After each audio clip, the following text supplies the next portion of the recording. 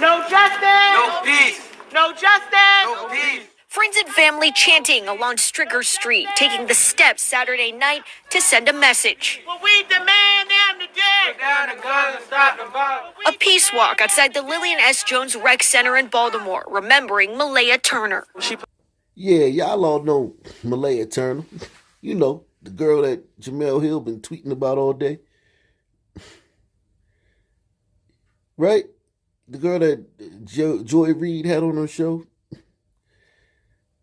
all yesterday and the day before. Yeah, that Malaya Turner. You don't know who Malaya Turner is? Get out of here. You really don't know who Malaya Turner is? Okay. A peace walk outside the Lillian S. Jones Rec Center in Baltimore, remembering Malaya Turner. She play in the community every day. She come run this rec every single day. And I just said. Sade Cawthorn says Malaya was her cousin, a girl, she says, who loved to hang out after school with her friends at the rec center. She was also a part of Safe Streets, a violence intervention program. Now, remember, we did the video, was it over the summer, where the director, one of these directors of the Safe Streets program was gunned down? So, I mean, this Safe Streets program, I tell you, these people are brave. They do things that I wouldn't do. I'm not brave enough to do that, to go into these neighborhoods and get involved in these disputes between these different crews and try to mediate. I'm not brave like that. I'm not built like that. You know? And I give those dudes those women and those men that found and work in those programs, I give them the utmost respect. It just doesn't work. Nothing works.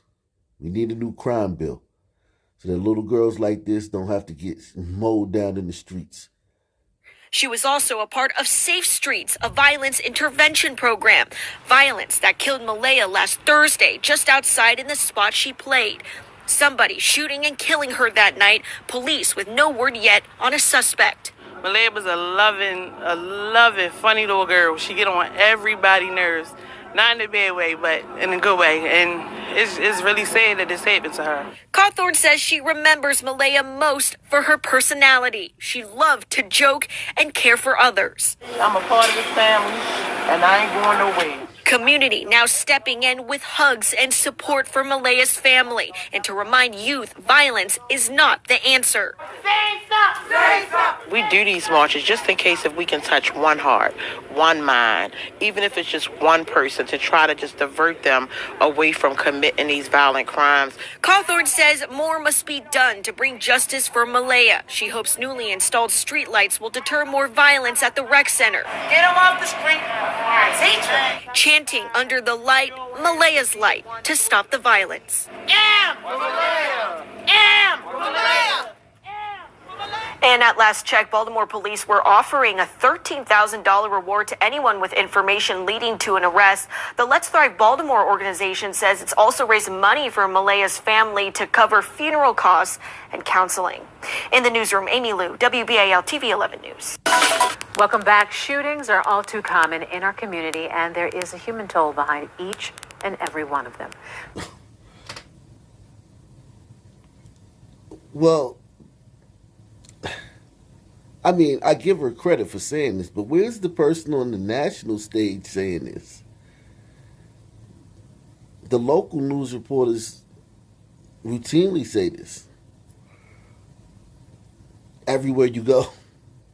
And we know what part of the community they're talking about. Is anybody? And here's the thing about some people. It's not like I'm complaining that only a few celebrities are speaking about this. None. None of them will touch this. The biggest story in the country, The Stand, how murders have gone up 300%, 30%. Murders up 30%. So basically, For every 1,000 murders you had before 2020, May 26, 2020, the Blakistan spring, some of George Floyd. Before that, you would have 1,000 murders. Since then, for every 1,000 murders that you had in previous years, because the number was pretty flat, crime was pretty stagnant. It wasn't up and down. It was just pretty flat throughout the years.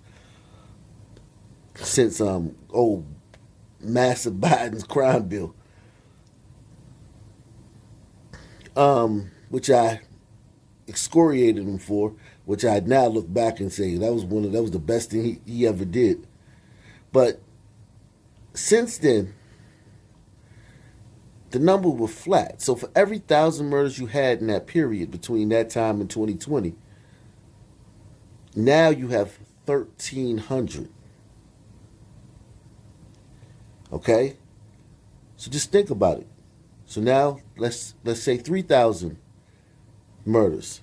Now you have 4,000 murders. For every 3,000 murders you have now 4,000. Now do you understand why I tell you guys that 1350? Why I said I'm blocking people that put 1350? Give us our respect. It ain't 1350 no more. It's 1370. Give us our respect. Welcome back. Shootings are all too common in our community, and there is a human toll behind each and every one of them. Tonight, Uba Ali talked with a survivor who was left with grief, questions, and a long road to recovery. August 5th changed 20-year-old Deanna Isom's life forever. She got off work around 10 p.m. and her best friend picked her up. They ran to a gas station and came back to his aunt's house. That's when Deanna says bullets were fired into his car at 48th and Villard.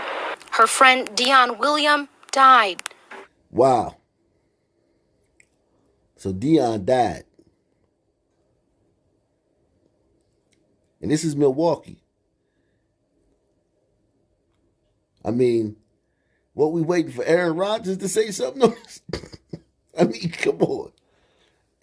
Aaron Rodgers is more likely to speak on the carnage in Milwaukee's stand than any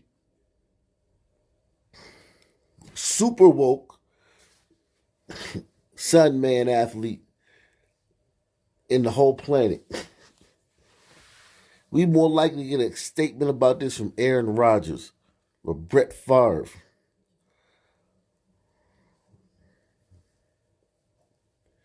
This guy looked like a rough character, man. Homie looked like, typical hood. Dudes pulled up and fired shots into his car. We don't know what he did before. We don't know, but God, what a dangerous place, man. That's when Deanna says bullets were fired into his car at 48th and Villard. Her friend Dion William died. I was looking at him. And his head dropped. So, I tried to get out.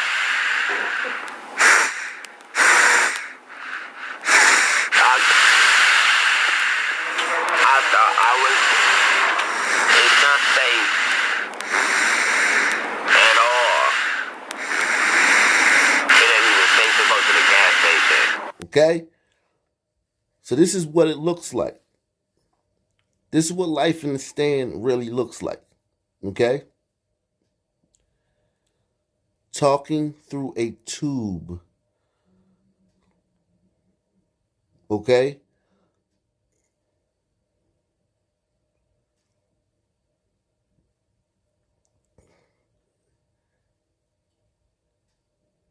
This is sad, man.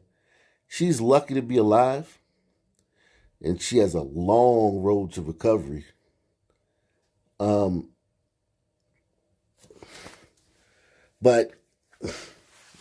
it just strikes me that everywhere you go, girls are just being mowed down. It's just strange like that wouldn't be okay. You're not gonna be alarmed by the men. And we covered the kids. It didn't get your attention. All right, now, like girls is being shot everywhere, every day, all the time. And this is what their lives look like if they're lucky enough to survive.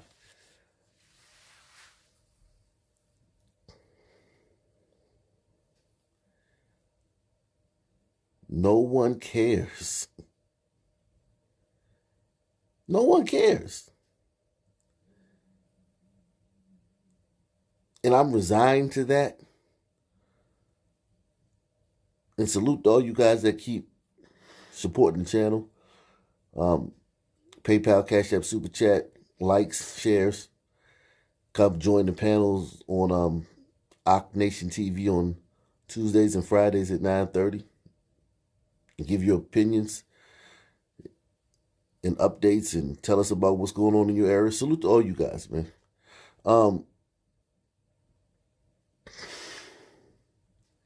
Gosh, man, this is rough, man. Just seeing this girl, like, this is what a survivor looks like. This is what one of the lucky ones look like. I thought I was not safe at all. I didn't even think to go to the gas station. She was hit 11 times all over her body. They were able to get out 9 bullets. The 2 are stuck. The shooting is still unsolved, and Deanna says she has no idea who would have done this or why. Do you feel like you were in the wrong place at the wrong time?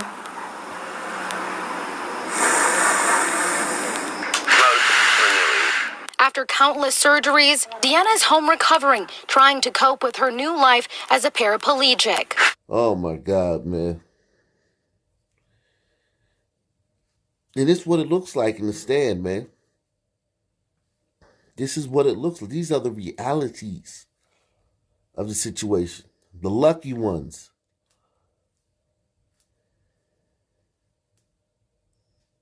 Wow. Not to be like this right now. I'm supposed to be at work. Before the shooting, Deanna was preparing to study criminal justice at MATC. Now she's doing things she'd never imagined she'd have to. So she was going to study criminal justice. And we know what side of the criminal justice she was going to be on. She was going to be on the side of the guys who shot her. Hit one if you agree with me on that one.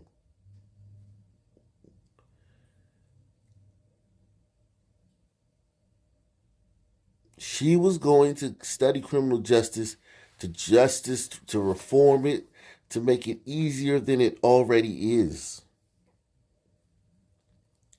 To make it virtually impossible for violent criminals to face accountability for what they've done.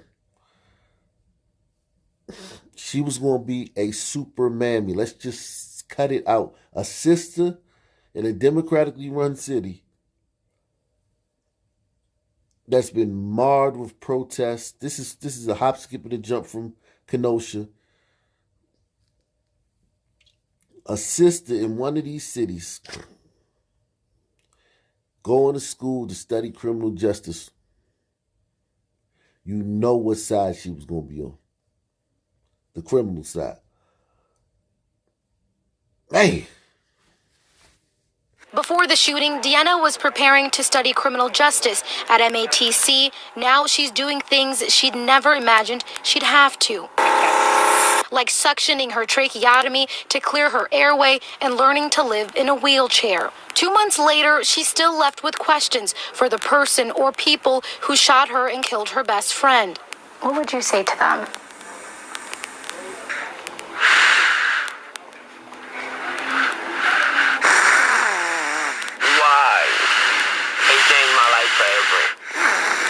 Through it all, she still tries to smile because of the love she's surrounded by. They're the reason why I smile. Now she's asking for our community to do better. Stop the violence.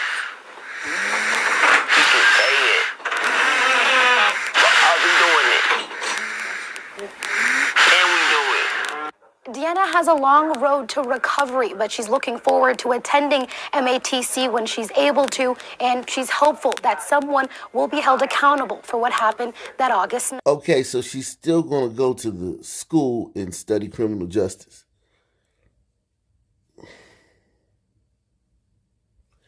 And I think she's still going to be on that side. I still think she's going to want to try to reform the system, and our kings is getting...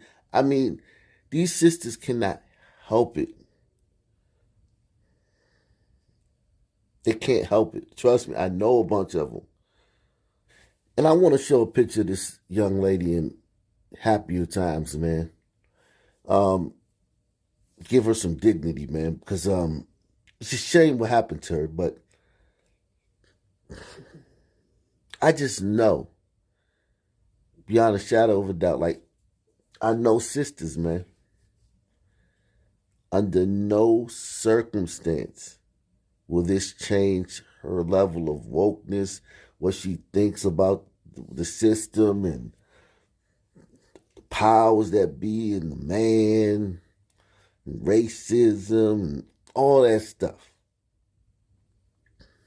Even this won't change her.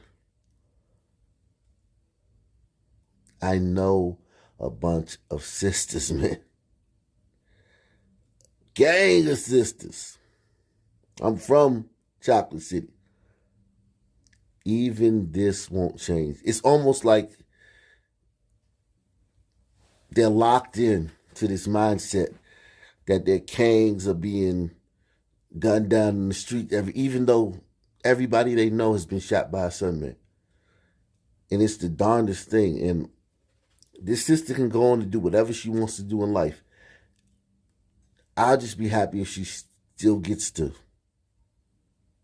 accomplish her dreams and do things that she wants. And if that's one of her dreams, to study criminal justice and probably become maybe a lawyer or an activist, whatever.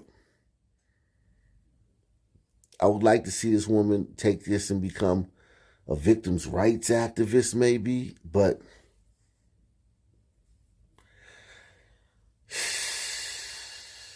man,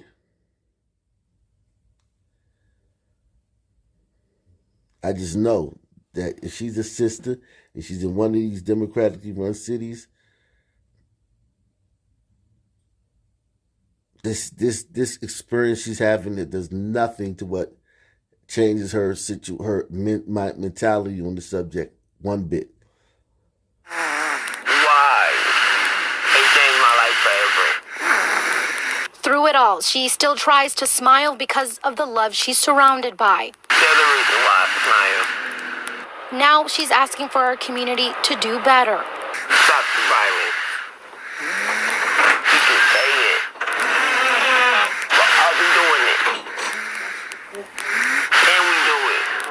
Deanna has a long road to recovery, but she's looking forward to attending MATC when she's able to, and she's hopeful that someone will be held accountable for what happened that August night. Uba Ali, TMJ4 News.